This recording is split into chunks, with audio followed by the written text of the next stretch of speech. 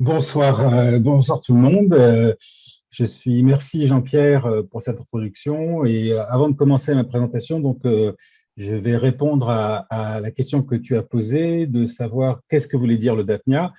Eh bien, ça veut tout simplement dire que quand on regarde l'univers, on voit toujours les astres avec un décalage dans le temps. Plus les astres sont loin, on met du temps à les voir. Le Dapnia, ça remonte à des années et des années qui n'existent plus, ni la DSM. Donc, Jean-Pierre, je pense que tu as dû avoir ton ordinateur décalé vers le rouge quand tu as fait ta recherche, car aujourd'hui, ça s'appelle l'Institut de recherche fondamentale sur les lois de l'univers, l'IRFU, et le département d'astrophysique. Exact, excuse. Mais c'est normal, on a l'habitude. Tout arrive avec un décalage en astronomie et donc sur Terre aussi. C'est normal. Exactement. Effectivement, le titre de cette présentation, c'est le mystère Vandenberg. J'aimerais partager avec vous une énigme. J'avoue que ce qui m'intéresse le plus dans la recherche, c'est les questions ouvertes. Et vous savez, les policiers, quand ils ressortent un cas scientifique qui n'a pas été résolu, ils parlent d'un cold case. Donc, c'est un cas qui est toujours ouvert. Et là, c'est un véritable cold case. On a affaire à une énigme qui a été ouverte. Alors, excusez-moi, je m'arrête un instant. Je pense que j'entends beaucoup de bruit donc, il y a des gens qui n'ont pas fermé leur micro. Voilà, si vous pouvez fermer. S'il vous plaît, fermez tous votre micro. Sinon, c'est désagréable, toujours un bruit de fond. Merci. Ben, surtout si c'est des bruits de cuisine, du coup, ça donne faim. Et du coup, bon, voilà, comme il est l'heure de dîner.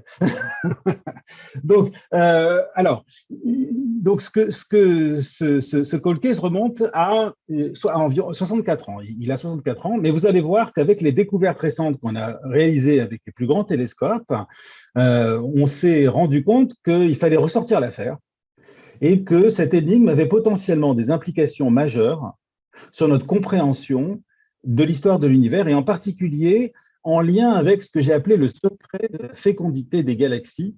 Et ce que j'entends par fécondité ici, c'est la capacité des galaxies à donner naissance à de nouvelles étoiles. Alors, si je devais résumer en une allégorie très simple ce que sous-entend cette énigme que j'appelle le mystère Vandenberg, et à nouveau vous allez comprendre pourquoi je l'ai appelé comme ça, imaginez que un de vos amis vient de vous voir, Francis, et ils vous disent, voilà, je pars pour quelques mois, je vais faire le tour du globe avec ma 504, et donc je vais partir avec ma voiture, est-ce que tu peux t'occuper de mon courrier? Et je le récupérerai en rentrant. Et il n'a qu'un jerrycan de 20 litres d'essence. Donc, vous vous dites qu'il est impossible que cette personne, avec son jerrycan de 20 litres d'essence et sa 504, fasse le tour de la planète, mais toutes les semaines, vous recevez une photo de votre ami avec sa voiture à différents endroits, et au bout d'un moment, il a effectivement fait le tour du globe et il revient chercher son courrier après quelques mois, après avoir fait son expédition. Et c'est ça l'énigme de Vandenberg. Il se passe quelque chose d'équivalent dans l'univers. Les galaxies forment des étoiles à un rythme tel qu'elles auraient dû épuiser leur réservoir en quelques millions d'années. Et pourtant, leur fertilité s'étend sur des dizaines, sur des milliards d'années, sur plus de 10 milliards d'années. Et cette énigme-là pose une question majeure qui peut potentiellement avoir un impact non négligeable sur notre compréhension de l'histoire de l'univers.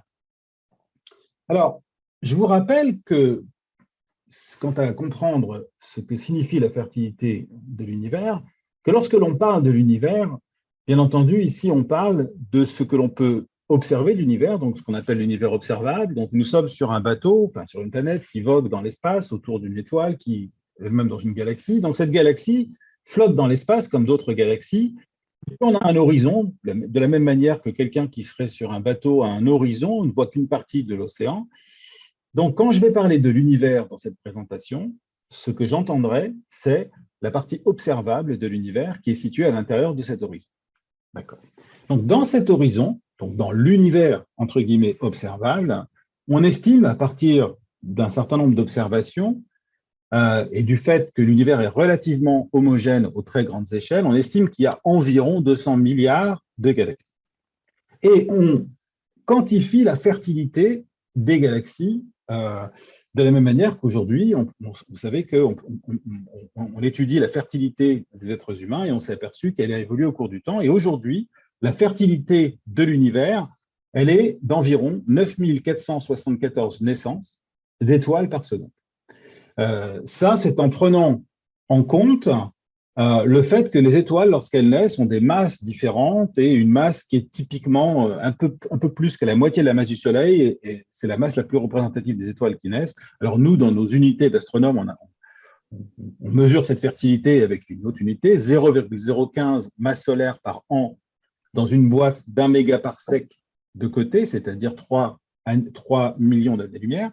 Donc ça, c'est la fertilité d'aujourd'hui. La grande question, c'est de savoir qu'est-ce qui autorise cette fertilité. Un autre chiffre qui est intéressant à mémoriser, c'est qu'il naît environ 85 000, il naissait environ 85 000, 94 000 et quelques étoiles par seconde, il y a 10 milliards d'années. Donc la fertilité de l'univers a baissé. Et pour quelle raison? C'est aussi une question. Alors maintenant, comment on a fait pour mesurer cette fertilité? On s'est intéressé qu'à des petites parties de l'univers, comme cette image que vous connaissez probablement tous, qui est le Hubble Ultra Deep Field, et dans lequel vous avez 10 000 galaxies environ dans la pointe d'un stylo. Et si vous pouvez enlever le micro, s'il vous plaît, Francisco, voilà, merci. Et donc, vous avez environ 10 000 galaxies dans l'équivalent de la pointe d'un stylo.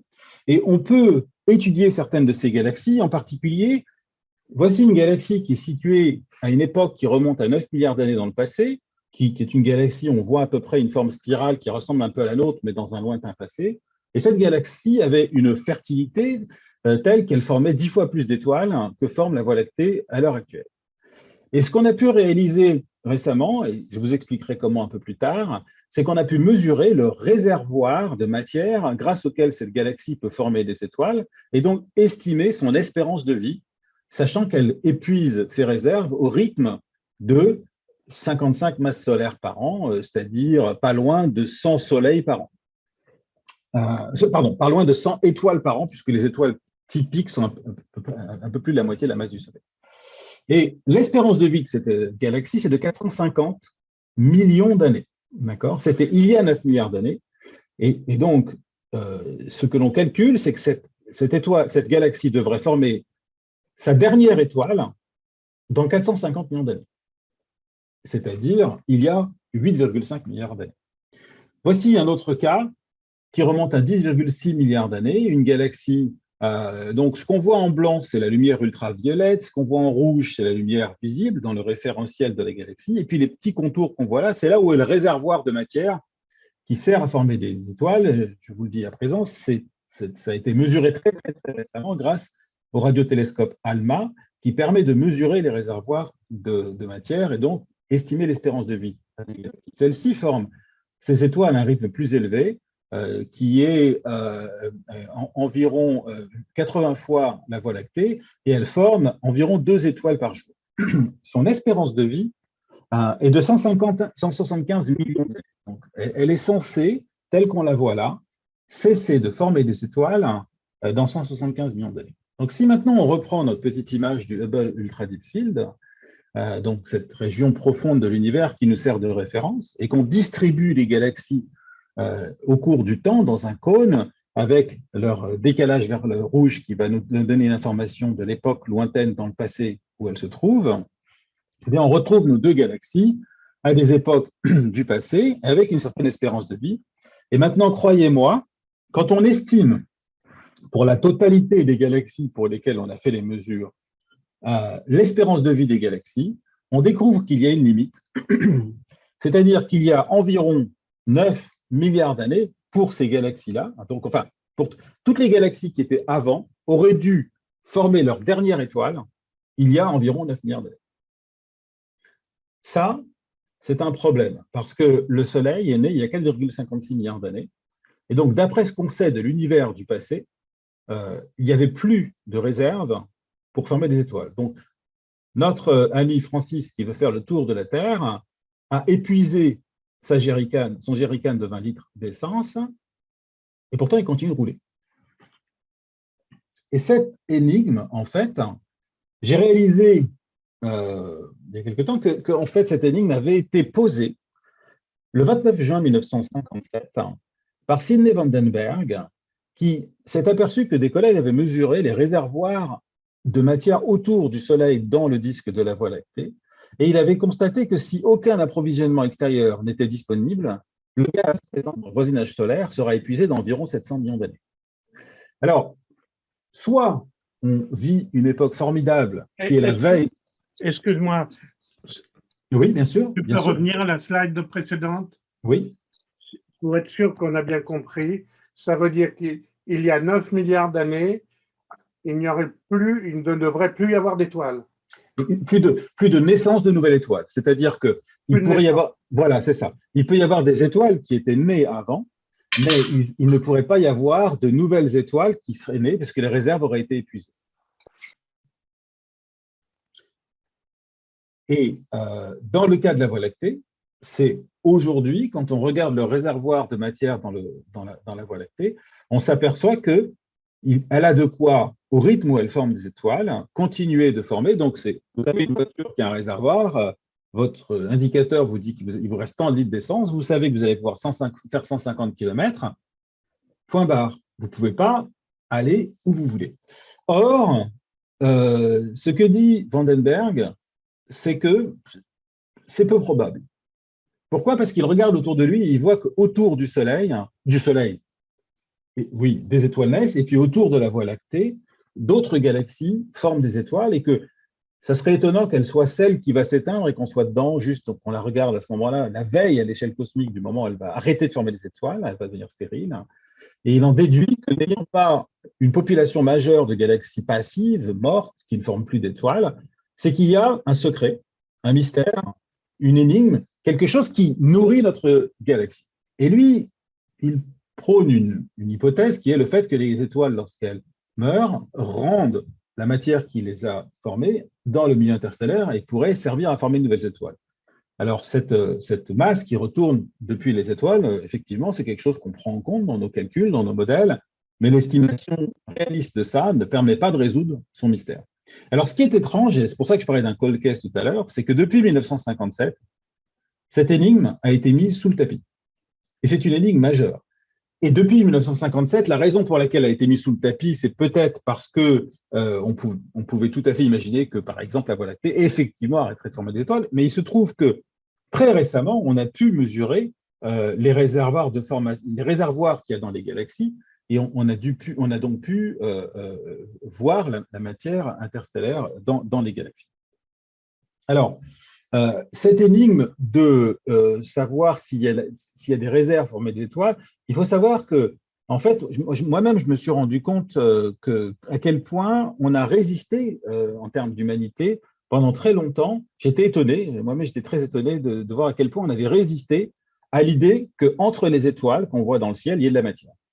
C'est quelque chose que vous, qui faites partie de la Société astronomique de France, et peut-être pas tout le monde qui nous écoute, vous avez l'habitude peut-être mais je voudrais revenir sur cette question-là. C'est pas évident d'imaginer qu'il y ait de la matière entre les étoiles. Et en 1755, dans son Histoire naturelle générale et théorie du ciel, Emmanuel Kant, qui a eu des idées profondément géniales sur ce qu'était la Voie lactée, notre galaxie, sur la naissance du système solaire, etc., en fait, il voit que les planètes du système solaire tournent dans un même plan. Donc, il déduit que le système solaire est né d'un bloc tout ensemble, et donc que la matière a dû, à un moment donné, se concentrer sous l'effet de la gravité. Il connaissait le loi de Newton, et donc il ne peut plus rester de matière entre les étoiles, parce que s'il y en avait eu, elle se serait effondrée sous l'effet de la gravité pour former des étoiles. En d'autres termes, l'espace entre les étoiles doit être nécessairement vide.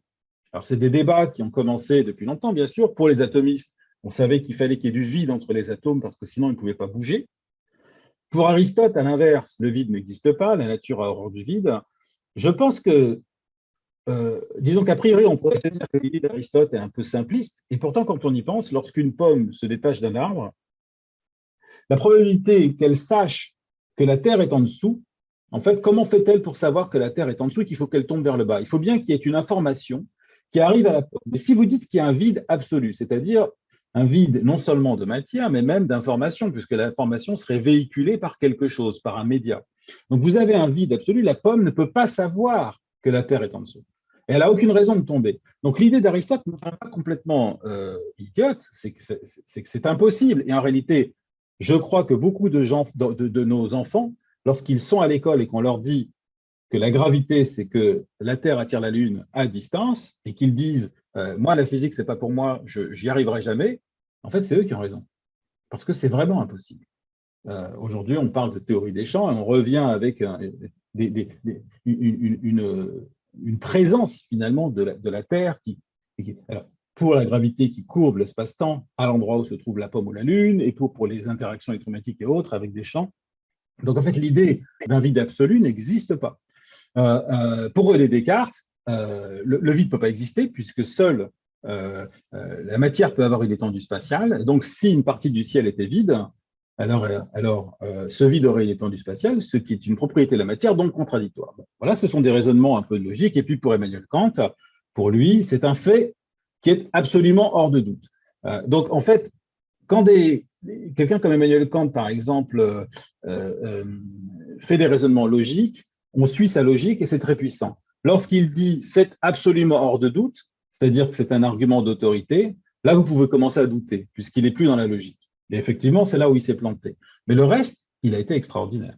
Alors si maintenant on regarde la constellation d'Orion, et que vous reconnaissez bien sûr ces étoiles avec Bételgeuse, supergéante rouge et Rigel en bas bleu, Bellatrix, il y a cette étoile Delta Orionis, Mintaka, qui veut dire baudrier, ceinture en arabe, qui est une géante bleue quintuple avec deux groupes d'étoiles qui tournent l'une autour de l'autre.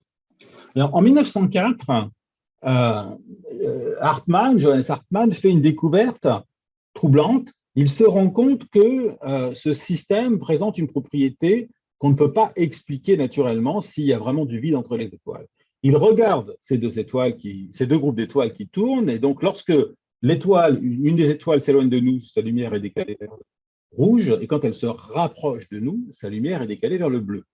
Et donc, le spectre, c'est-à-dire la décomposition de la lumière de l'étoile, avec ces petits raies d'absorption qui viennent des atomes qui sont présents dans la photosphère de l'étoile, se décale au rythme des orbites des étoiles. Alors, je suis désolé si ça fait des arènes, c'est parce que je ne sais pas le faire avec PowerPoint, mais ce n'est pas une représentation réaliste. Et le spectre bouge comme ça, et donc, c'est les propriétés d'étoiles qui bougent. Mais vous avez vu, en dessous, il y a un petit zigouigoui qui ne bouge pas. Et ces deux petits pics-là, c'est l'absorption de deux raies d'absorption du calcium qui ne se décalent pas avec le mouvement des étoiles. Et ça, c'est la preuve qu'il y a entre les étoiles et nous un nuage de matière qui ne tourne pas comme les étoiles et qui contient du calcium. C'est la preuve, dès 1904, donc, définitive, qu'il y a la matière entre les étoiles et nous, la matière interstellaire. Maintenant, cette observation n'a pas nécessairement révolutionné pour autant la compréhension qu'on a eue de l'espace interstellaire, et des doutes ont toujours été émis, en particulier par Arthur Eddington, et vous allez voir pour des raisons qui sont à nouveau pas très logiques et qui viennent plutôt, qui relèvent plutôt de ce qu'on pourrait appeler un obstacle épistémologique. Et ça, c'est lié à une révélation qu'a eue Edward Barnard, qui est astronome et photographe, la nuit du 23 mars 1895, où il a retrouvé quelque chose qui avait été vu par William Herschel. Et ce qu'il a vu, c'est que pendant cette nuit, il a décidé de pointer son télescope dans la direction de la constellation du Scorpion, donc pas très loin du centre de la Voie lactée. Et puis, il a pointé là où les étoiles sont très concentrées, et il a pointé son télescope pendant plusieurs heures, et c'est ainsi qu'il a vu ce qu'on ne pouvait pas voir là. Il a pointé pendant 2 heures et 20 minutes, et il a vu des trous dans le ciel. Donc, si je zoome sur l'un d'eux, c'est ce trou qui ressemble à un serpent avec une pomme, et qui sont les fameuses, ce qu'on appelle les nébuleuses sombres de Barnard. Donc, elles portent le nom de Barnard, cette différente nébuleuse.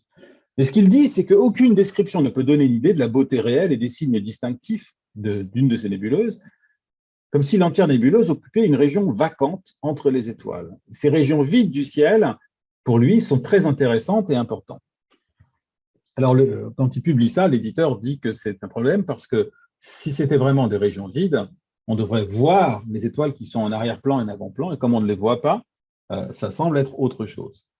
Et je vous citais tout à l'heure Eddington, en parlant du fait qu'il a été victime d'un obstacle épistémologique, c'est lorsqu'il s'est intéressé à l'origine de ces constellations, de ces nébuleuses sombres, il s'est rendu compte que ça ne pouvait s'expliquer que par ce qu'il appelait de la matière météoritique, c'est-à-dire de la poussière d'étoiles, qui permettrait d'expliquer une telle absorption dans des régions si marquées, si nettes, si précises du ciel, c'est vraiment et qui nécessite une masse non négligeable. Et il se dit, mais s'il y avait de la poussière interstellaire avec des masses pareilles, étalées un peu partout dans l'espace, on ne devrait pas voir d'étoiles. Et donc, en gros, son argument scientifique, c'était du style, je le sens pas. Je le sens pas. Et il le dit à son auditoire, et il fait dans le compte-rendu de la conférence le constat, il dit, j'ai été plutôt heureux de constater que mes préjugés contre la matière météoritique étaient partagés par d'autres personnes qui étaient lors de la conférence, de la discussion de la conférence. Il y a des gens qui ont partagé mes préjugés. Ce que je ne peux pas faire avec Zoom parce que je ne vous vois pas. Donc, du coup, si jamais il y a des gens qui ne sont pas d'accord, je ne peux pas le savoir, c'est dommage. Mais là, lui, il a ce préjugé. Et bien sûr, bon, il a tort parce que ses calculs étaient corrects. Il faudra attendre 1930 avec Robert Trumpler pour avoir la preuve par l'observation que certaines populations d'étoiles sont rouges quand elles sont loin, d'autres sont bleues, et ça ne s'explique que par la présence de grains de poussière interstellaire qui vont avoir un effet qui va absorber plus efficacement la lumière à courte longueur d'onde, celle qui est bleue. Et les grains de poussière qui ont des tailles dans l'espace interstellaire, maintenant on sait qu'ils sont de l'ordre du micromètre, ont cette capacité. Et alors, il faudra attendre encore plus pour valider de façon définitive cette omniprésence de la poussière interstellaire dans l'espace entre les étoiles, grâce à des observations à plus grande longueur d'onde qui permettront d'enjamber les grains de poussière. Et si maintenant je reprends l'un de ces régions vacantes, un de ces vides entre les étoiles, et que je passe maintenant, je l'observe dans l'infrarouge, ce dont on s'aperçoit, c'est que ce vide, en réalité, est une région beaucoup plus pleine que le reste. Il est fait de poussière interstellaire qui est beaucoup plus dense que le reste de l'espace, et dans lequel vous voyez des points blancs, jaunes, qui sont des cocons où naissent de nouvelles étoiles.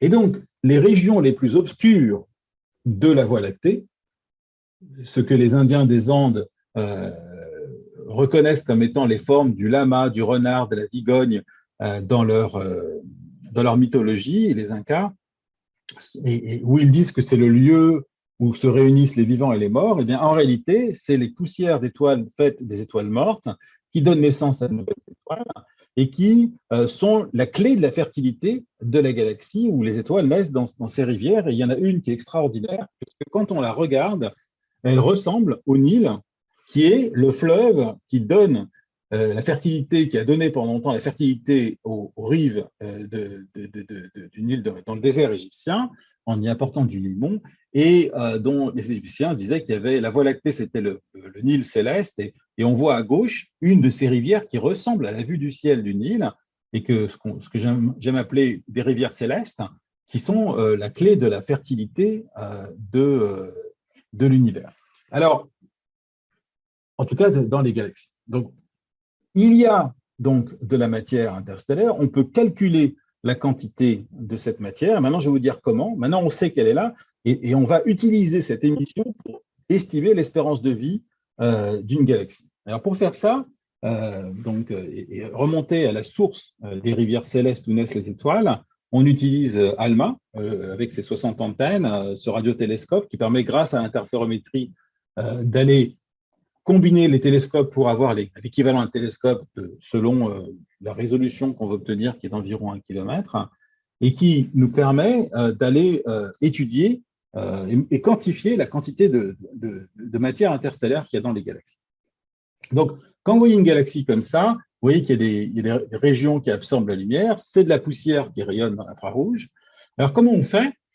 Les grains de poussière, selon leur porosité, selon leur géométrie, selon leur masse, selon leur dimension, eh bien, selon la distribution en taille des différents grains de poussière qui vont être dans le milieu interstellaire, que l'on peut estimer en regardant la lumière reçue à différentes longueurs d'onde pour voir comment ça varie en fonction de la longueur d'onde, eh bien, si on arrive à modéliser les propriétés et la géométrie de ces grains de poussière, on peut estimer le nombre de grains de masse donnée, si c'est du silicate, du carbone, etc., pour expliquer la lumière qu'on reçoit dans l'infrarouge. En d'autres termes, on peut mesurer leur masse. Et donc, à partir de la lumière, on peut mesurer la masse de poussière qui est présente dans l'espace interstellaire. Et ce qu'on a constaté dans des régions très proches, par exemple dans la Voie lactée ou dans des galaxies proches, c'est que la masse de poussière interstellaire était toujours environ 1/100 de la masse totale de gaz fait d'atomes et de molécules dans une galaxie. Alors, ça dépend des galaxies, mais on sait comment ça dépend. Selon qu'elle est plus massive ou qu'elle a plus d'éléments lourds, le carbone, l'azote, l'oxygène, la galaxie va avoir un rapport qui va être différent, mais on a pu calibrer ça. Donc, on a calibré, selon les galaxies, en fonction de leur masse et ce qu'on appelle leur métallicité, la capacité de convertir la lumière qu'on reçoit dans l'infrarouge ou dans le domaine millimétrique en masse de poussière. Et donc là, on a la masse de poussière et ensuite, on a calibré le rapport entre la masse de poussière et la masse de gaz qui permet de déterminer la masse totale de réservoirs de matière diffuse entre les étoiles qui devrait permettre de former de nouvelles étoiles. Et grâce à ça, on peut estimer, connaissant le rythme auquel les étoiles naissent, l'espérance de vie de la galaxie. Alors, comment fait-on pour estimer le rythme auquel les étoiles naissent dans la galaxie? Bien, dès lors qu'on voit la lumière infrarouge, qui est la poussière absorbe la lumière infrarouge, la lumière ultraviolette rayonnée par les étoiles est ensuite dans l'infrarouge, on sait que cette lumière a des longueurs d'onde plus petites que celles qui sont utilisées pour mesurer la masse de poussière. On sait que cette lumière a été chauffée, elle vient de l'énergie des étoiles les plus massives.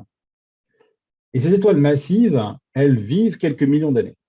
Donc, lorsque vous voyez cette lumière qui est rayonnée dans l'ultraviolet par les étoiles, eh bien, vous savez que ces étoiles qui vivent que quelques millions d'années viennent de naître. Et donc, vous pouvez déterminer combien d'étoiles, quelle quantité d'étoiles sont nées au cours des derniers, par exemple, 10 ou 100 millions d'années.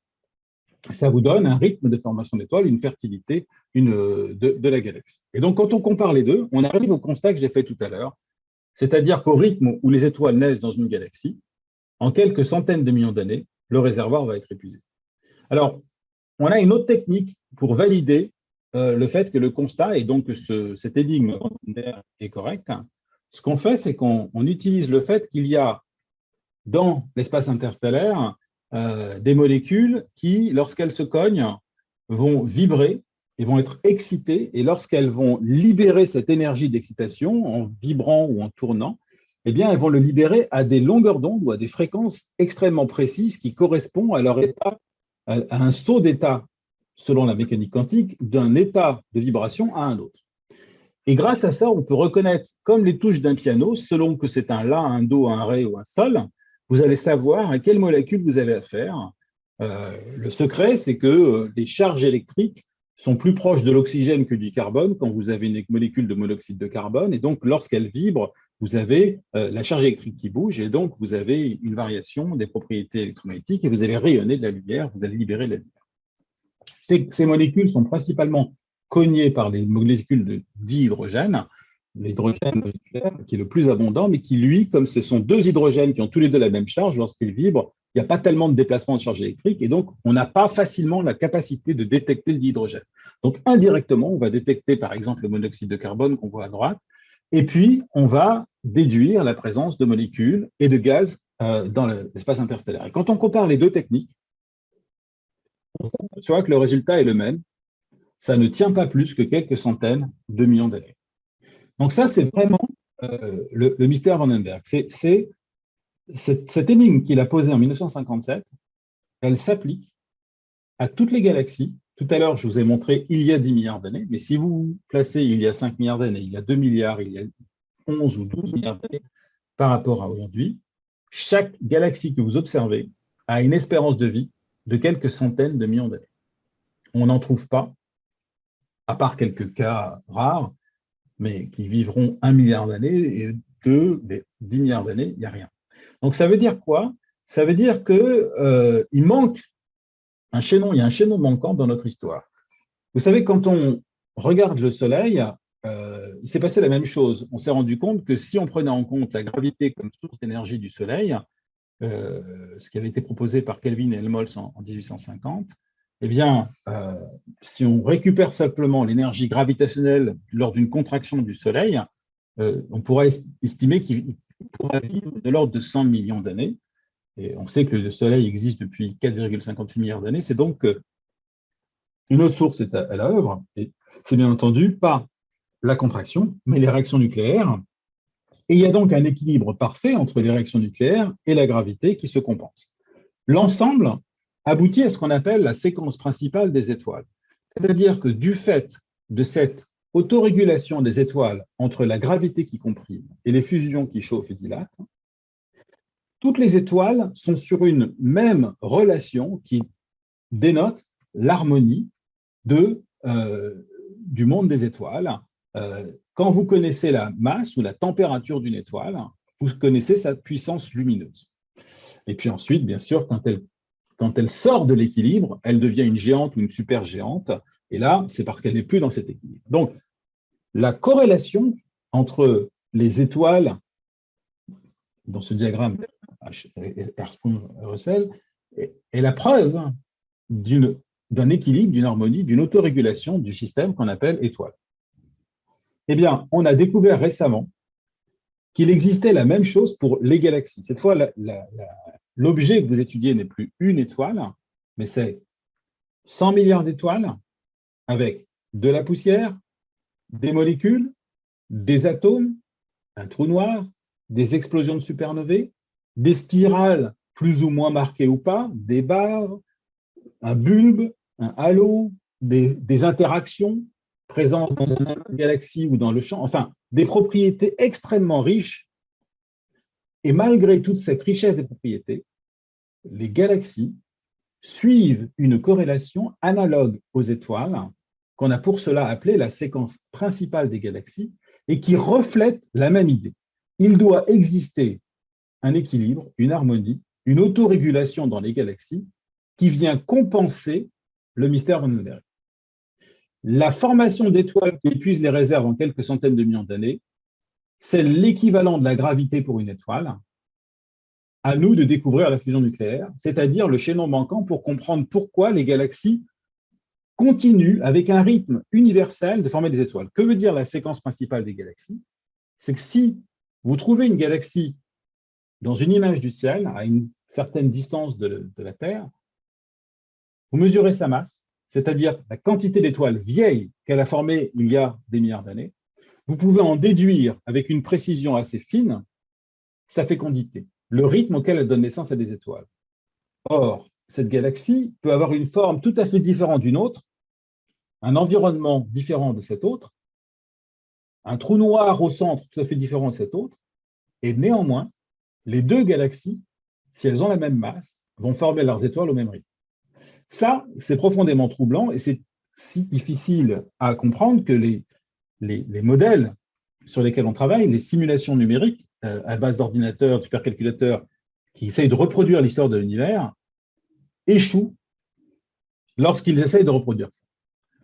Je dirais même mieux, c'est qu'à part certains calculs récents qui pourraient peut-être éventuellement prendre en compte ça, aucune des magnifiques simulations que vous trouvez sur Internet ou sur YouTube qui vous montrent l'univers avec des galaxies magnifiques et qui reproduit depuis le début jusqu'à aujourd'hui avec toutes les grandes structures de l'univers, etc., aucune de ces simulations ne fait les galaxies telles qu'on les voit nous, c'est-à-dire avec une quantité de matière interstellaire qui est aussi qui est de l'ordre qui est égale à la masse de matière interstellaire, est égale à la masse d'étoiles, et la formation d'étoiles est autorégulée comme ça. Pourquoi? Pourquoi ces modèles ne marchent pas? Tout simplement parce que aujourd'hui, il existe, contrairement à l'intuition de von Neuberg, il existe finalement pas mal, une grande quantité de galaxies stériles qui ne forment plus d'étoiles. Et si votre programme informatique reproduit l'universalité de cette séquence principale, reproduit la quantité de matière diffuse qu'il y a dans les galaxies, il n'arrive pas à expliquer pourquoi des galaxies s'arrêtent. Et donc, ils vont gagner une chose en perdant une autre. Donc aujourd'hui, nos modèles n'y arrivent pas. Alors, quel est le chaînon manquant dans cette histoire? Avant de vous le montrer, je voudrais vous dire que cette idée d'autorégulation, finalement, qu'on trouve chez les étoiles, chez les galaxies, en fait, on la retrouve chez les animaux aussi. Vous savez, c'est cette relation entre la longévité, l'espérance de vie d'un animal et sa masse. Si un animal, alors là j'ai mis que des écureuils et des éléphants, et au-dessus, j'ai mis ce qu'on appelle des outliers, qui sortent de la corrélation, les oiseaux ou les chauves-souris. Je vais vous expliquer pourquoi. Donc, cette corrélation-là a été mesurée avec une grande précision pour les animaux. Voici un papier qui a été publié en 2007. Vous voyez qu'il y a un grand nombre d'animaux. Il y a une certaine dispersion, bien sûr, mais il y a un grand… Oups, je ne sais pas si vous voyez ma souris, mais il y a une corrélation ici. Et cette corrélation-là signifie que, quel que soit l'animal que vous regardez, eh bien, s'il est plus massif, il va vivre plus longtemps, mais son rythme cardiaque sera plus court et typiquement, tous les animaux ont droit à 1 milliard de battements cardiaques. Et c'est d'ailleurs aussi à peu près ce qu'a droit le moteur de votre voiture, a droit à environ 1 milliard de battements. Un être humain, typiquement, d'après ce que j'ai compris, du fait qu'on a droit on a des systèmes de santé, des hôpitaux et autres, mais on a le droit à peu près 2 fois plus que ça, on est un peu au-dessus. Alors, les gens se sont posé la question de savoir mais pourquoi il y avait cette corrélation-là entre les deux. Et dans cette étude, par exemple, ce qu'ils ont dit, c'était le fait que, par exemple, les oiseaux qui ont une espérance de vie beaucoup plus longue que les autres, eh bien, une espérance de vie beaucoup plus longue du fait de ce qu'ils appellent les effets d'environnement, c'est-à-dire qu'eux, dans l'espace, dans le ciel, ils ont moins de chances de se faire bouffer que sur Terre. D'autres théories font appel au fait que vous avez des radicaux libres qui sont produits plus rapidement si vous, de manière proportionnelle à la quantité d'oxygène que vous consommez, etc. Alors, ce qui est intéressant, pourquoi je vous montre ça, c'est que dans l'histoire des galaxies, eh bien, on a aussi l'équivalent des oiseaux. Ce sont des galaxies qui sortent de la corrélation, qui s'envolent et qui sont ce qu'on appelle des galaxies à flambée d'étoiles. Elles vont épuiser leurs réserves à un rythme plus rapide. Tout à l'heure, je vous ai montré 2 galaxies. Une première qui avait une forme de spirale, qui avait une espérance de vie de 400 millions d'années, et une deuxième qui avait une forme un peu plus bizarre, un peu comme un oiseau avec des ailes ouvertes, et qui est une galaxie à flambée d'étoiles. Celle-ci, son espérance de vie est de 175 millions d'années. Et donc, en fait, ce qui s'est passé, on pense que c'est aussi un effet d'environnement, mais c'est que lorsque 2 galaxies se cognent, se croisent, la matière interstellaire est comprimée de manière plus efficace et fait des étoiles, donc celles-ci vont vivre moins longtemps. Donc c'est un peu l'inverse de ça, mais c'est aussi comme ça qu'elles sortent. Alors là maintenant, la question qu'on peut se poser, c'est quelle est la raison. Donc pour les animaux, je n'oserais pas m'aventurer, il y a des débats là-dessus. J'ai cru pouvoir trouver une allégorie, une image avec les animaux qui serait résolue depuis longtemps, parce que cette corrélation est connue depuis longtemps, mais j'ai cru comprendre en regardant quelques papiers que le débat était trop compliqué pour moi, et qu'il n'avait pas été résolu, donc je ne me permettrai pas de rentrer dans un débat sur celui-là. Mais par contre, je reviens sur les galaxies. On est à la recherche de cet équivalent des fusions nucléaires. Et donc maintenant, on va devoir montrer à un cran au-dessus. Donc ce qu'on a fait tout à l'heure, c'est qu'on est allé voir dans l'invisible la clé de la fertilité des galaxies. C'était la poussière interstellaire qui nourrit les étoiles sous la forme de rivières célestes. Pour aller voir maintenant comment les galaxies pourraient être nourries, eh bien, on va aller à Torre Girona, pas très loin de Barcelone, dans une église désacralisée. Vous avez ici une image que vous pouvez trouver sur Google View, Google Maps. Si vous tapez cet endroit, et vous allez voir que cette église, si vous regardez vers le bas ici, elle est un peu bizarre. Elle est peuplée d'êtres étranges. Et en réalité, c'est un des plus grands, un des plus puissants supercalculateurs qui a été mis ici, de manière étrange, pour recréer l'univers à partir de rien. Et donc, créer un univers virtuel. Donc, l'être humain a réalisé l'ambition de se prendre pour Dieu, de créer l'univers à partir d'un supercalculateur. À l'époque où, donc, qui remonte à quelques années, où le résultat que je vais vous décrire a été obtenu, ce supercalculateur était le plus puissant au monde, et je crois qu'il est en train d'être upgradé pour le redevenir dans quelques temps. Et il s'appelle Mare Nostrum, cet ordinateur. Et ce qu'il a permis de faire, c'est que jusqu'à présent, on ne pouvait pas mettre assez de particules dans les simulations de l'univers pour voir la formation des galaxies et les propriétés de la matière classique, de la matière faite d'atomes. On suivait principalement la matière noire qui est beaucoup plus abondante et qui est cette matière qui va dominer la gravité, les puits de gravité qui vont être à l'origine des galaxies. Quand on a réussi à suivre non seulement les atomes classiques, mais aussi de voir dans quel état ils étaient, si c'était des atomes, des molécules, s'ils étaient chauds ou froids, on s'est aperçu que lorsque la matière refroidit, elle libère son énergie d'agitation sous la forme de lumière, et comme elle libère son énergie d'agitation sous la forme de lumière, elle peut se comprimer.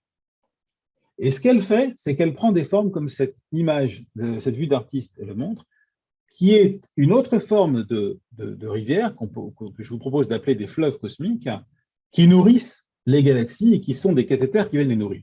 Alors, ça, l'idée que les galaxies soient reliées par des grands des filaments, on en a entendu parler depuis un certain temps, c'est ce qu'on appelle la toile cosmique.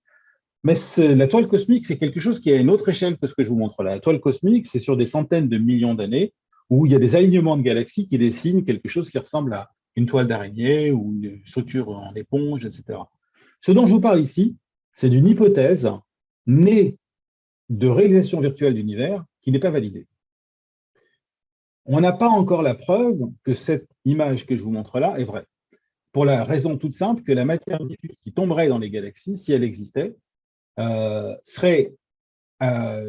rayonnerait trop peu de lumière pour être détectable par aucun de nos observateurs actuels et futurs, même ceux qui sont prévus pour dans 20 ans ou 30 ans. Donc là, on rentre dans le règne des hypothèses scientifiques, mais qui me paraît intéressant parce que si c'est vrai, eh bien, Francis, qui, je vous le rappelle, est parti faire le tour de la planète avec une 504 et avec un jerrycan de 20 litres d'essence, peut tout à fait faire le tour de la planète avec sa voiture. Il suffit qu'il trouve des stations-service et qu'il ait un petit peu d'argent sur lui pour mettre de l'essence dans son réservoir. Eh bien, il semblerait qu'il y ait dans l'univers des pompes à essence, des stations-service qui nourrissent les galaxies, qui les nourrissent, qui leur permettent de former de nouvelles étoiles, d'après nos simulations informatiques. Et si c'est le cas, alors la séquence principale des galaxies, qui est ici, serait la réflexion d'un équilibre, non pas entre la gravité et les réactions nucléaires, mais serait un équilibre entre l'épuisement des réserves lors de la genèse de nouvelles étoiles et la nourriture des galaxies par ces filaments. Alors maintenant, la question qu'on peut se poser, c'est de savoir si cette clé de la fertilité de l'univers est-elle réelle ou est-elle une illusion née de nos ordinateurs? Est-ce qu'on a vraiment mis le doigt sur le secret de la stérilité et de la fertilité de l'univers et sur la vraie réponse à l'énigme, au mystère posé par Vandenberg il y a 64 ans? Alors, on sait que dans l'univers, il y a plus de matière noire et d'énergie noire. Enfin, on sait qu'on déduit de la dynamique de l'univers et de phénomènes de lentilles gravitationnelles que la matière faite d'atomes classiques représente qu'une proportion d'environ 5% du contenu en masse-énergie de l'univers. Si on regarde maintenant les atomes eux-mêmes, eh bien, on s'aperçoit qu'il y a environ 60%, voire 90% de ces atomes qui sont indétectables et qui sont ce qu'on appelle des baryons noirs, c'est-à-dire de la matière classique noire, et qui pourraient être n'importe où, en particulier sous la forme de ces filaments. La quête de cette matière noire classique, c'est la quête de la solution du mystère de Vandenberg. Dans une étude assez récente, réalisée à l'aide du télescope, de l'instrument MUSE au Very Large Telescope, à l'ESO, on a pu mesurer l'émission de l'hydrogène ionisé autour des galaxies dans cette image du Hubble Ultra Deep Field que je vous ai montré tout à l'heure. Et on s'aperçoit qu'il y a l'équivalent d'une aura autour de chaque galaxie. Il y a des réserves qui n'attendent que de nourrir les galaxies autour de toutes les galaxies. Et donc, il y a bien de la matière qui est prête à nourrir les galaxies autour d'elle, mais ce n'est pas encore assez pour expliquer une espérance de vie qui passe de quelques centaines de millions d'années à 10 milliards d'années, et ce n'est pas encore les filaments. Alors, il s'est passé récemment quelque chose qui est amusant, c'est que habituellement, quand je parle d'une possibilité de voir dans l'invisible ces filaments ou d'autres structures qu'on essaie de voir dans l'invisible, je fais référence à l'histoire que beaucoup de gens connaissent, qui est l'histoire du fou qui cherche sa clé sous un lampadaire. Donc, vous savez, c'est quelqu'un qui est en train de chercher sa clé sous un lampadaire, enfin, qui est en train de chercher quelque chose sous un lampadaire. Quelqu'un passe et lui dit « Que fais-tu » ? « Je cherche ma clé. » Et pourquoi la chercher tout sous ce lampadaire ? Parce que là, au moins, il y a de la lumière. Est-ce que tu l'as perdu là ? Non. Non, mais je ne peux pas chercher ailleurs, c'est là qu'il y a la lumière. Alors, ce que je vais vous dire maintenant, je pense que vous n'allez pas me croire, hein, mais il y a un astronome qui s'appelle Fu. Il s'appelle F-U, Fu, et ça se prononce Fu en chinois, et qui a appliqué la technique du fou qui cherche sa clé sur 70 000 lampadaires. Alors, les lampadaires dans l'univers, c'est des quasars qui sont des sources de lumière ultra puissantes dont on peut espérer que s'ils traversent un espace vide, alors leur lumière ne sera pas atténuée par la masse, comme ce que je vous ai montré avec le calcium, le nuage de calcium vu par Hartmann en 1904. Mais s'ils traversent un filament qui nourrit les galaxies, alors on devrait voir une partie de cette lumière absorbée par les atomes présents dans ce filament et du fait de l'expansion de l'univers qui correspondrait à le même décalage vers le rouge que la galaxie qui est à côté. Mais pour ça, il faudrait voir deux lampadaires qui sont chacun affectés par une atténuation et qui dessinent une ligne et qui vous donnent la galaxie avec son filament. Comme il existe en théorie des filaments autour de toutes les galaxies, si vous prenez 70 000 lampadaires, il y a peut-être des chances que vous en ayez. Et Fu a publié un article récemment. Alors, non, c'est 2000, pardon, c'est pas 2001, hein, c'est 2021. Pardon, c'est 2021 ici. Ça a été publié il y a quelques mois. Où vous voyez deux quasars dont la lumière est absorbée par de l'hydrogène avec un décalage vers le rouge qui correspond à une ligne qui est associée à une possible galaxie à côté. Voici le starburst, voici un quasar, et voilà. Et donc, ça serait un filament qui aurait été vu à cette… Donc, je ne sais pas si c'est la preuve, mais je trouve ça assez génial, cette idée que finalement, la technique du fou qui cherche sa clé, c'est peut-être la clé de l'énigme. Alors, pour conclure, on a trois échelles cosmiques où on voit des fleuves. Il y a la toile cosmique, qui sont ces grandes structures sur des centaines de millions d'années, lumière, qui est très connue, la distribution des galaxies à très grande échelle.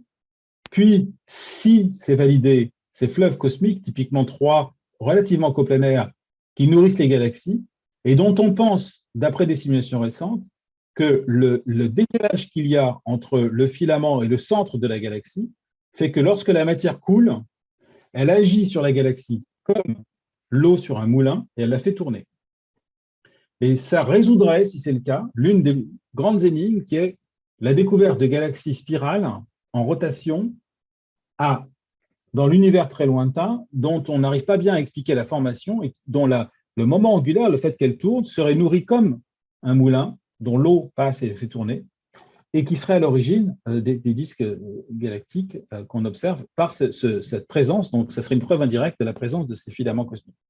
Il faut savoir que si c'est le cas, alors ces fleuves qui sont une interconnexion de toutes les galaxies seraient doublement bénéfiques à la fertilité de l'univers, dans un premier temps parce qu'ils nourrissent les galaxies en leur apportant de la matière, et dans un deuxième temps parce qu'en les faisant tourner, ils permettent à la matière de résister à la gravité qui la ferait sinon tomber vers le centre et nourrir le trou noir central au centre de la galaxie.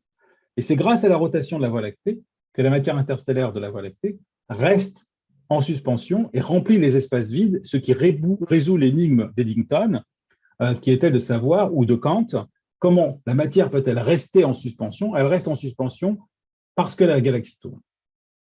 Et sinon, elle ne resterait pas. Et donc, c'est peut-être en partie parce que les filaments apportent cette.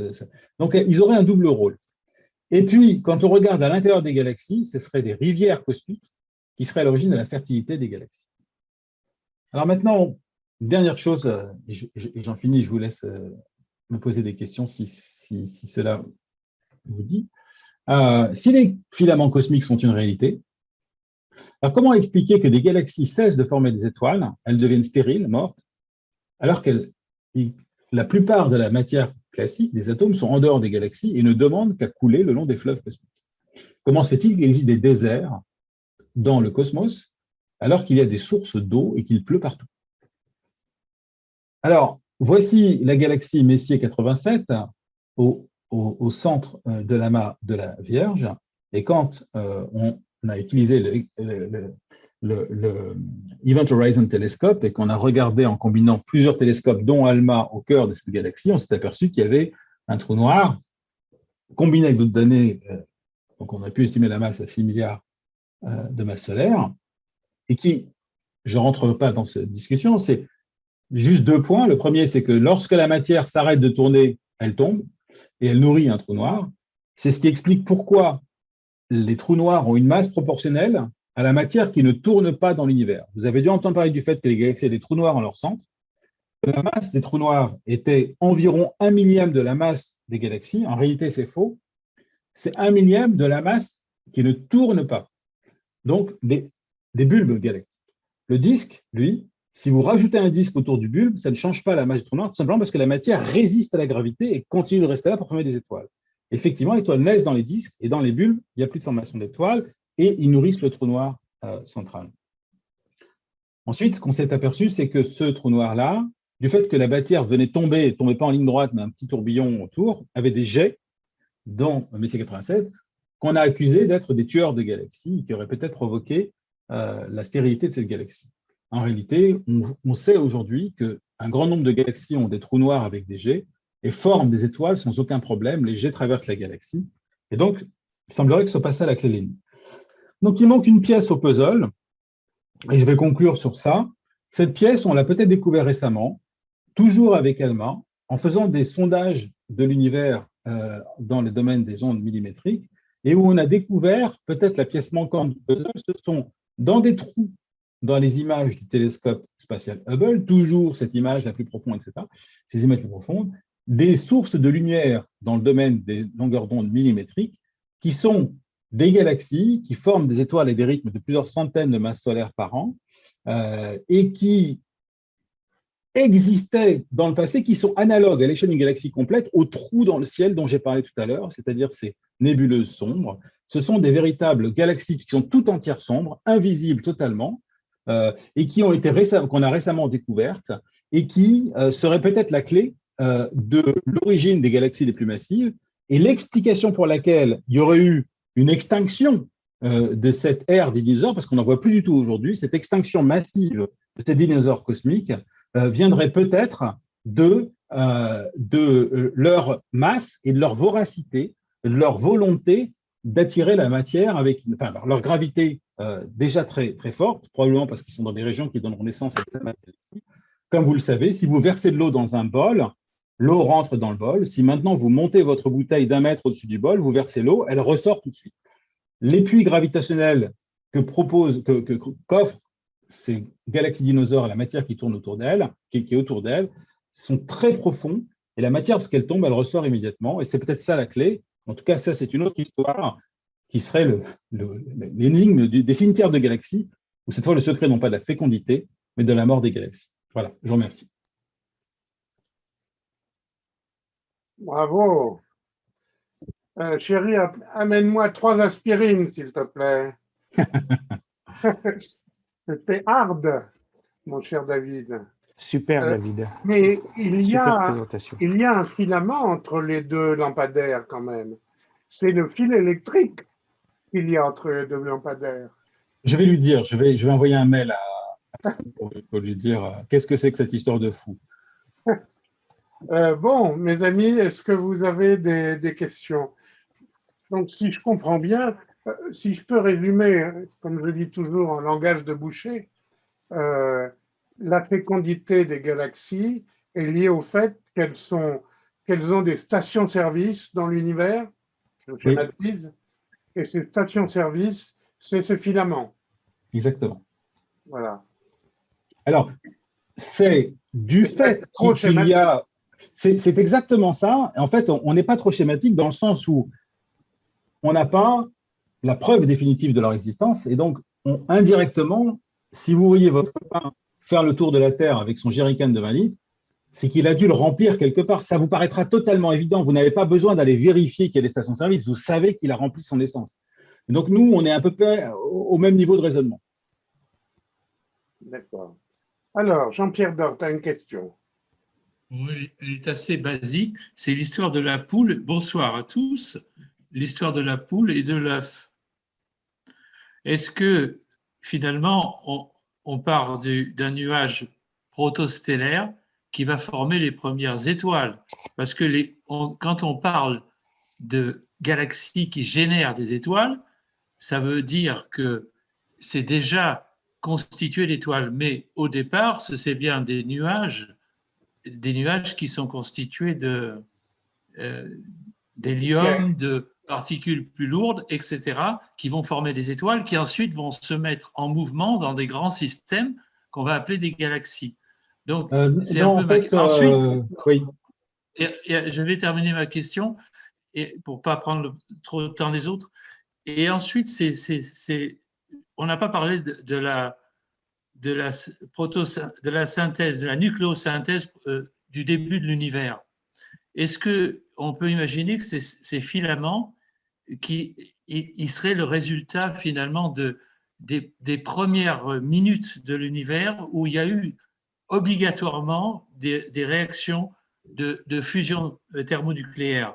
Parce que quand on regarde les proportions, par exemple, d'hélium par rapport à l'hydrogène dans l'univers, on se rend compte que l'histoire de l'univers ne peut pas s'expliquer sans une protosynthèse, enfin, qui en dehors de la synthèse, la nucléosynthèse stellaire. Donc, ces deux questions sont un peu liées. Mais voilà, un petit peu, c'est mes réflexions là-dessus. Qu'en pensez-vous? Merci.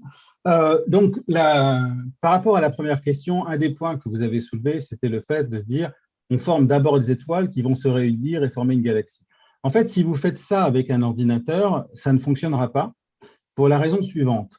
C'est que si vous me prenez une étoile, lorsque des étoiles se déplacent, elles ne frottent pas l'une avec l'autre, elles n'échangent pas d'énergie.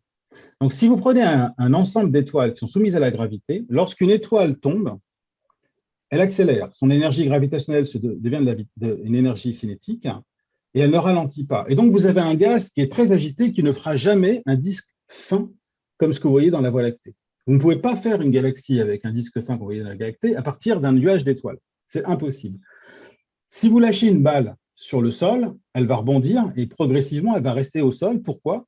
Parce que son énergie va être transmise sous la forme de lumière par la chaleur qu'elle a libérée sur le sol. Il faut libérer l'énergie d'agitation des particules d'une manière ou d'une autre. C'est pourquoi la matière noire, qui ne peut pas libérer de lumière, est totalement incapable de faire des étoiles, de faire des galaxies avec des formes de disques et des spirales, etc. Elle ne peut faire que des grosses bulles. Et donc, le simple fait qu'il y ait des formes de galaxies avec toute leur histoire, ça ne peut marcher qu'avec de la matière qui rayonne, qui frotte, qui est visqueuse, de la matière diffuse, du gaz. Donc, on ne peut pas réunir des étoiles pour faire une galaxie. Ensuite, un autre aspect de votre question, c'était qui vient en premier de l'œuf ou de la poule, c'est-à-dire l'étoile ou la galaxie. Donc, on appelle effectivement les étoiles de population 3 les premières générations d'étoiles, mais on ne pense pas qu'elles naissent n'importe où dans l'univers. En réalité, si vous regardez où vont naître les premières étoiles, elles vont naître dans des régions qui sont relativement plus denses, dont le puits gravitationnel va être creusé par la matière noire et qui va lui-même être ce qu'on appelle une protogalaxie. Et donc, en réalité, il n'y a pas vraiment, de la même manière qu'il n'y a pas de poulet d'œuf dans la vraie vie, de la même manière, dans les galaxies, il n'y a pas de poulet d'œuf, il n'y a ni une vraie galaxie, ni une vraie étoile, il y a une espèce de protostructure plus globale, et l'étoile ne va pas naître au hasard toute seule, disséminée dans l'espace. Pour la paraît nucléosynthèse, Ces grandes structures, on va les retrouver dans le fond diffus cosmique, alors, éventuellement. c'est, alors, donc ça c'est encore une autre question. Je vais revenir après là-dessus. Bon, je vous le dis en 2 mots. Ce que vous voyez dans le fond diffus cosmique, avec des petits grumeaux, d'accord. La taille de ces grumeaux, la plus petite taille de ces grumeaux, c'est 20 millions d'années-lumière. D'accord. La taille d'une galaxie, c'est 50 000 années-lumière ou un truc comme ça. D'accord.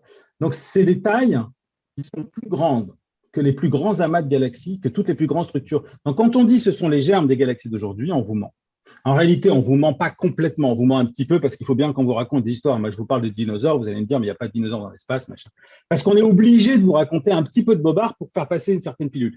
Mais la vérité, c'est que les structures les plus petites qui vont faire les étoiles, qui vont faire les galaxies, les puits de gravité qui vont vraiment faire les galaxies,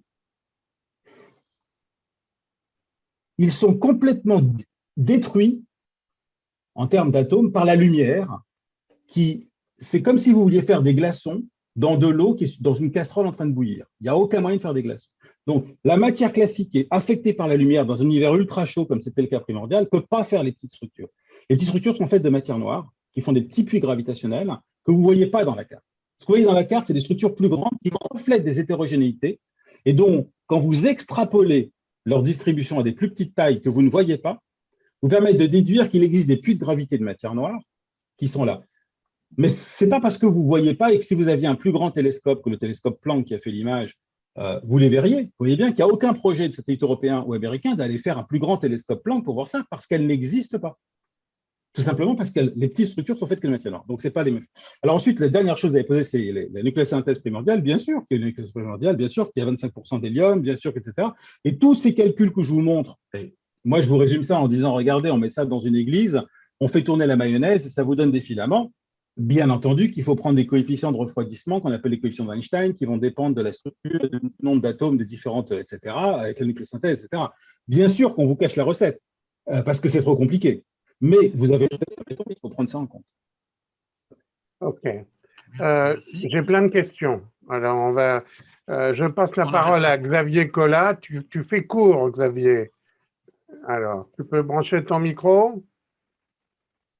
Oui, voilà, ça y est. Bon, ben, merci beaucoup, hein, ça a été formidable. Bon, ma question, c'est que on a balayé un peu vite, hein, le fait que si jamais il y a des filaments, c'est qu'il y a des trous. Alors qu'ils viennent du CMB ou pas, il y a quand même des trous. Et un jour, j'ai eu une discussion avec Françoise Combe. Elle m'a dit, ces trous, ils se vident. Ils se vident parce qu'il n'y a rien qui peut retenir la matière à l'intérieur. Et où est-ce qu'ils vont? Ben, ils vont dans les filaments. Bon. Donc, ces trous, ils étaient tout petits du temps du CMB. Maintenant, aujourd'hui, ils ont une taille de 250 millions d'années-lumière. J'ai même entendu un jour que c'était 400. Bon. Maintenant, pas de filaments sans trous. Hein. Et maintenant, quand on regarde les travaux d'Hélène Courtois, hein, eh bien… Attendez, excusez-moi, je vais vous arrêter tout de suite parce que j'ai peur que vous continuiez cette logique et ça ne correspond pas du tout à ce que j'ai dit. Donc, je vais vous arrêter tout de suite.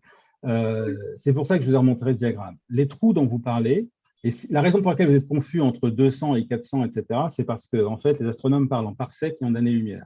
Donc, en fait, ces grands trous, ce sont les mailles de la toile cosmique que je vous montre à gauche, qui sont de 150 mégaparsecs, donc millions de parsecs, et ce qui correspond comme un parsec, c'est 3,2 années-lumière, ça fait les 450 millions d'années-lumière. Donc, les deux chiffres que vous entendez, c'est que selon que ce sont des années-lumière, etc.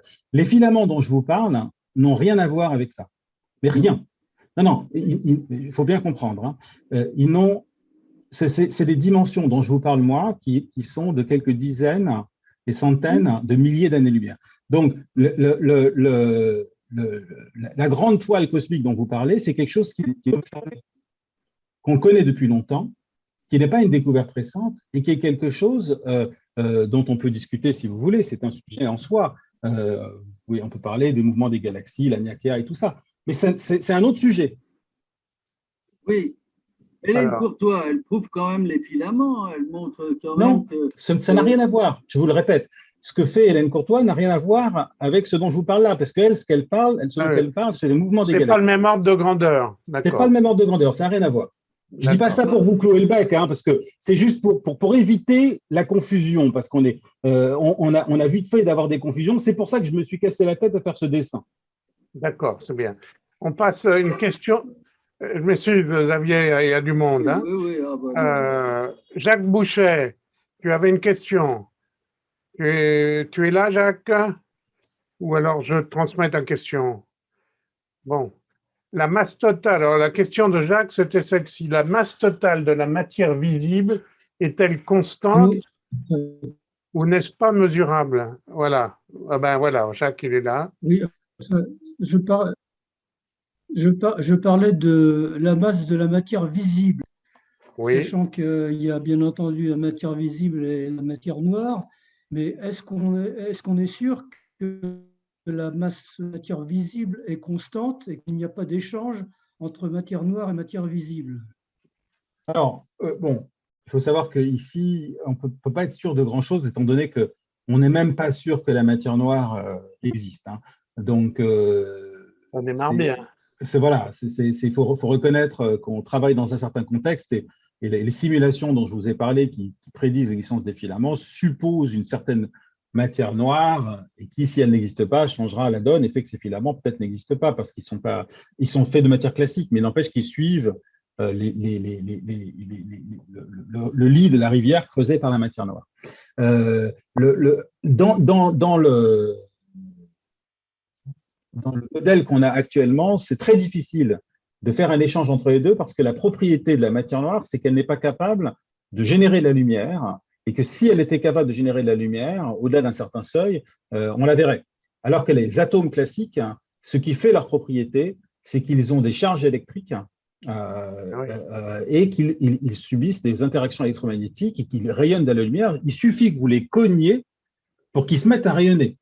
Hein, vous excitez un atome en le cognant dans l'espace, ces électrons s'excitent, ils se désexcitent, ils rayonnent de la lumière simplement quand vous tapez dedans. Et les atomes passent leur temps à se taper dedans. Pareil pour les molécules, etc. Nous, on voit des molécules d'eau jusqu'à des milliards d'années-lumière de la Terre, gros comme le nez au milieu de la figure. Ce qu'on fait au quotidien avec ALMA, c'est qu'on est capable, avec tous nos télescopes, de voir des molécules, des petites choses comme des molécules, qui vibrent simplement parce que, du fait des charges électriques, ça va produire de la lumière. La matière noire ne peut pas faire ça. Donc, dans le niveau actuel de nos connaissances, il n'y a pas cet échange. Maintenant, comme on ne sait pas ce qu'est la matière noire, si vous modifiez un peu la gravité, par exemple, vous pouvez imaginer tas de choses. Donc, je pourrais jamais vous dire de manière définitive, monsieur, je sais, dans la situation dans laquelle je suis, qui est assez désagréable, qui est que je ne sais même pas si je peux vous prouver que la matière noire existe. OK. Ça commence mal, hein. Enfin, ça finit mal. Je commence avec un mystère et je finis avec je sais rien. Christian Lavant a une question. Est-ce que Christian est là? Oui, oui, tout à fait. Alors, vas-y, mon vieux. Oui, alors voilà, moi je pense que cette histoire de matière noire me gêne profondément. J'ai l'impression que c'est une théorie ad hoc qui permet de résoudre ce fameux problème que les galaxies tournent grosso modo comme un disque dur. Et donc, il n'y a pas assez de gravité, donc il faut expliquer de la masse manquante. Alors, moi, l'idée que j'ai, c'est que, en fait, on doit avoir une mauvaise perception de ce qu'est la gravité. Et je pense que l'attraction gravitationnelle n'existe tout simplement pas et que la gravitation, ce n'est pas un effet de la matière qui attire de la matière, mais c'est un effet de l'espace qui repousse la matière, c'est-à-dire qu'en fait, tout ce qui est des baryons, on va dire, se trouve être opaque à l'expression de ce qui fait l'espace. Et donc, en fait, quand l'espace existe, eh bien, en fait, il a tendance à repousser les atomes, enfin les noyaux, en fait, enfin tout ce qui a une masse, ça les repousse. Et c'est, en fait, les galaxies sont alimentées, comme vous le dites, sont alimentées par la matière qui est à l'extérieur. Et en fait, leur… J'entends plus là. Non. On n'entend plus le. On a une coupure de Christian. Bon, est-ce que vous avez compris la Alors, question? Oui, oui, oui. Ben, je peux répondre à Christian s'il est d'accord. Oui. D'accord. En fait, donc vous soulevez bien sûr beaucoup de points.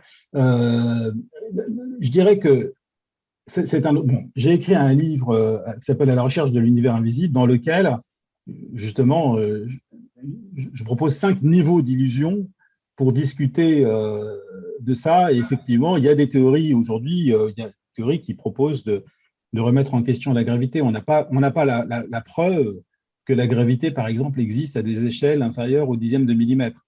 Donc on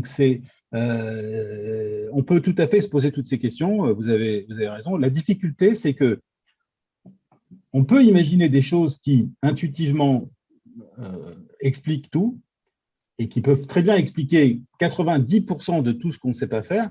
Le problème auquel nous, on est confrontés sur le terrain, c'est qu'on ne peut mettre en avant qu'un point qui est validé, et la validation d'une idée, ça nous prend des années ou des dizaines d'années.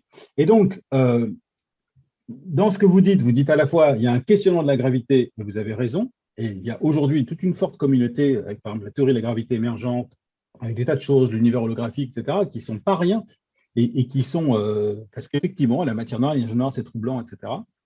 Je suis d'accord avec vous, moi je suis persuadé aussi qu'il y a une faille dans notre compréhension de la gravité, ne serait-ce que parce qu'au centre d'un trou noir, l'énergie est infinie et que c'est quand même un peu chiant. Maintenant, est-ce que l'idée que vous développez intuitivement pourra peut-être expliquer beaucoup de choses est la bonne? Ben, ça serait facile pour moi de vous dire, écoutez, je suis un scientifique, je peux vous dire que votre idée n'est pas la bonne, mais en réalité, je ne peux pas vous le dire. C'est compliqué. Alors, je sais que je reçois souvent des réactions de gens qui m'envoient des emails en me disant, mais si vous ne savez pas, alors à ce moment-là, moi, je peux vous dire parce que, etc. Mais il faut faire attention parce que nous, on est confrontés à des exigences de coller à des observations que je ne peux même pas vous décrire. Oui. Et qui fait qu'en réalité, des théories sur la gravité, Oui, qui expliquent la matière noire, etc., dans le monde des scientifiques, je veux dire, qui sont payés pour être scientifiques, hein, il en sort tous les jours. Oui, mais tout à que fait. nous, on ne vous en parle pas, mais il ne faut pas croire ce que que je c'est dis ça. est relativement vérifiable dans le fait que si la gravité est une expression du vide, en fait, hein, de l'espace, du vide, de l'espace. Reprenez la phrase. La gravité est une expression du vide.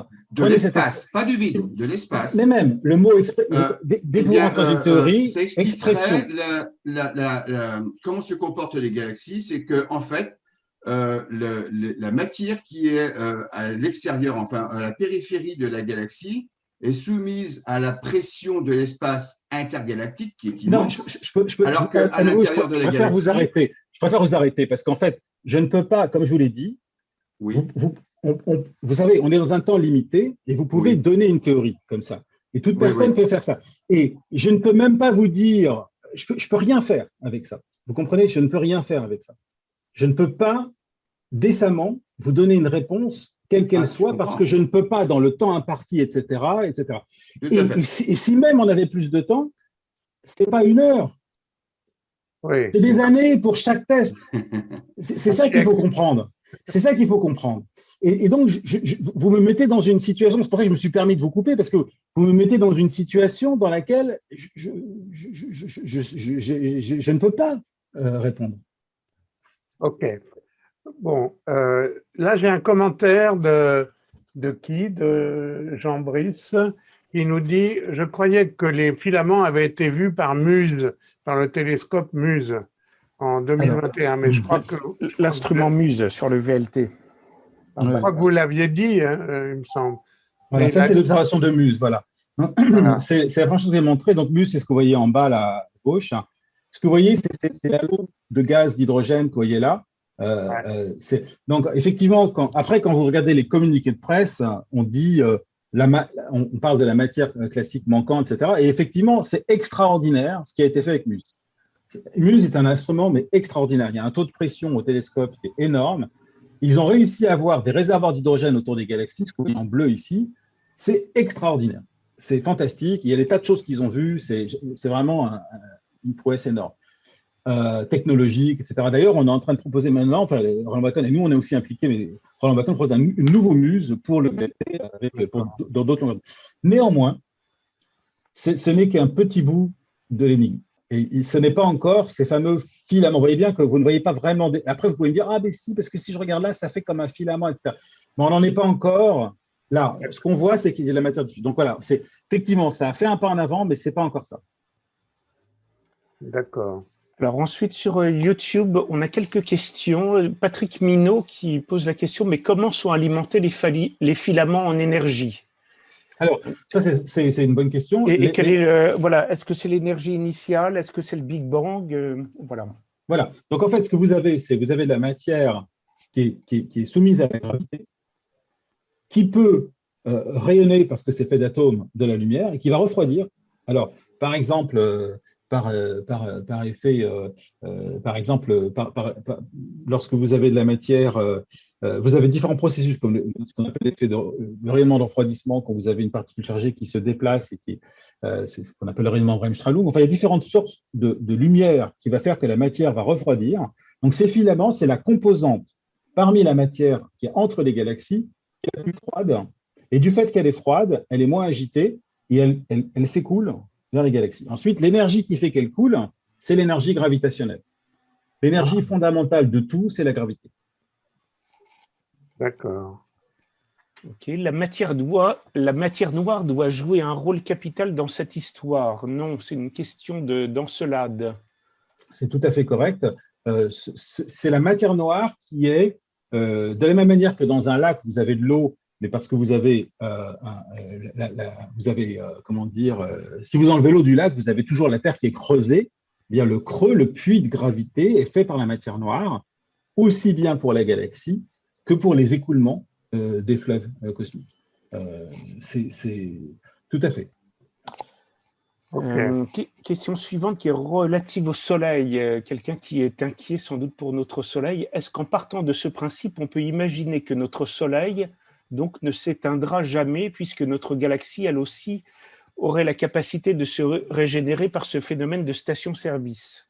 Alors là, on arrive à la limite de l'analogie que j'ai présentée. Ce que je présentais comme analogie, c'était les étoiles qui ont un équilibre entre les réactions nucléaires et la gravité. Pour les étoiles, c'est l'équilibre entre l'apport de matière et puis la matière qui part dans la formation d'étoiles.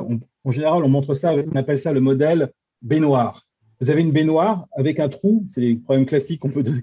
Il y a un écoulement d'eau, et puis vous remplissez, et vous avez un remplissage qui est équivalent à l'écoulement. Donc vous avez autant d'eau qui part, de matière qui part dans la formation d'étoiles que de matière qui vient des filaments, et ça reste, la baignoire reste au même niveau. Bon, mais l'analogie s'arrête dans le sens où les étoiles ne reçoivent pas de filaments comme les galaxies.